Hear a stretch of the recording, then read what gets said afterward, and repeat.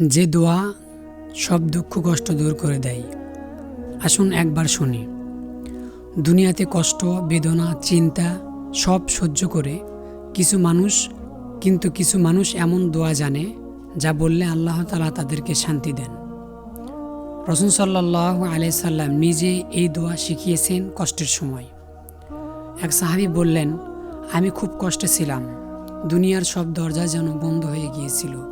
তখন আমি রাসূল সাল্লাল্লাহু আলাইহি সাল্লামের শিখানো একটি দোয়া পড়লাম, আর আল্লাহ আমার সব দুঃখ দূর করে দিলেন। আলহামদুলিল্লাহ।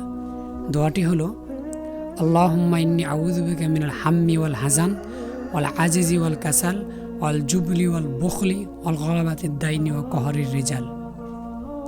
অর্থ, হে আল্লাহ, আমি তোমার কাছে আশ্রয় চাই দুঃখ, চিন্তা, অক্ষমতা, অশ্লীলতা, ভীরুতা, কৃপণতা থেকে, ঋণের ভার ও মানুষের জুলুম থেকে। এই দোয়া কেবল মুখের বলার জন্য নয়, প্রত্যেক দুঃখের সময় এটি হোক আমাদের প্রথম অস্ত্র। আল্লাহ তাআলা আমাদের সকল মনকে হালকা করে দেবেন।